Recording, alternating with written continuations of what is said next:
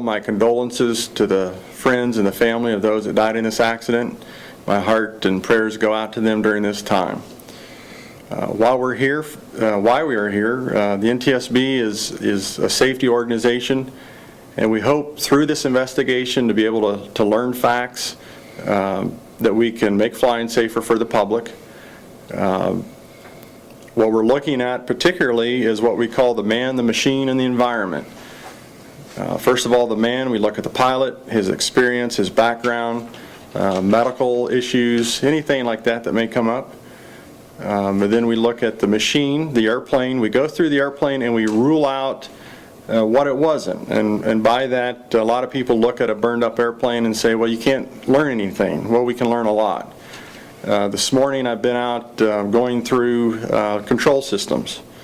And one thing we were able to establish this morning was that all the airplane was there and all the flight controls were hooked up and connected, continuity as we call it. The last thing we look at is environment. What was the weather at the time, other airplanes in the area, the whole operating environment. The way the procedure works for the NTSB is within 5 days there'll be a preliminary report, and that's found on our website at ntsb.gov.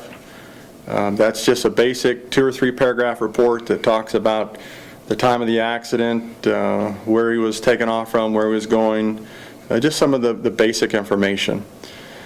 After the preliminary report, within 6 months there'll be a factual report on our website as well, ntsb.gov. That particular report includes all the factual information that we've been able to gather throughout the course of the investigation. That factual report then goes to Washington, D.C. and the 5-member presidential appointed board, and the board determines the probable cause. So as an investigator, I don't determine probable cause. I gather the facts, write the factual report, and submit the factual report to the 5-member board. So again, the reason we're here is safety. We're not a regulatory agency at all. We're the lead agency looking for safety issues, trying to prevent a tragedy like this one from happening again. And it's through accidents like this that we learn things that make flying safer for the public. Okay, your questions. Kind of give us a rundown on the Raven, what type of aircraft it is, how it's built. I mean, it's an experimental, explain the experimental a little bit, and engine type and such. This particular airplane was an experimental airplane, and you have certified airplanes that are certified by the FAA, then you have non-certified airplanes. These are airplanes that the private individual builds at home or at the airport. They build these for their own educational purposes. They have more restrictions often than certified airplanes. And this was an all-composite airplane. It had a Chevy V8, I believe a Corvette engine on it. It's an engine that I'm not overly familiar with, so we'll be getting some experts to help us look at the engine on this one. How do you get, is it pretty remote to get back there? How tough was it to investigate this? Well, your local law enforcement and local airport people really came out and helped tremendously. They got the resources in there, they got a bulldozer in there.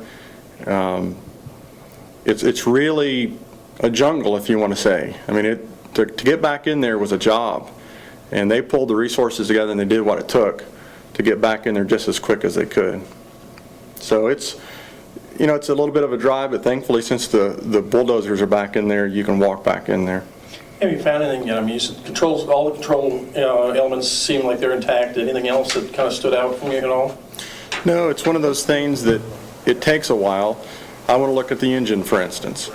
We look at engines on every accident we go to. This is one where I'm going to have to get it taken out of there in a facility where I can look at it. So I haven't spent a lot of time looking at the engine as of yet.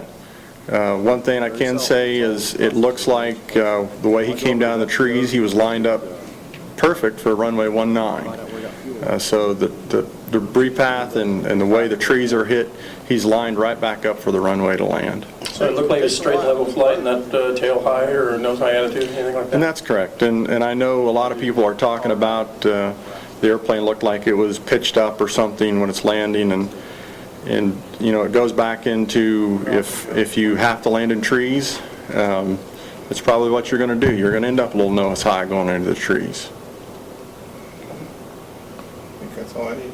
What about, what do you know about, from the point, I mean, there's a report when he first took off that he was having smoke in the cockpit. Kind of run us through the scenario, what you understand from that.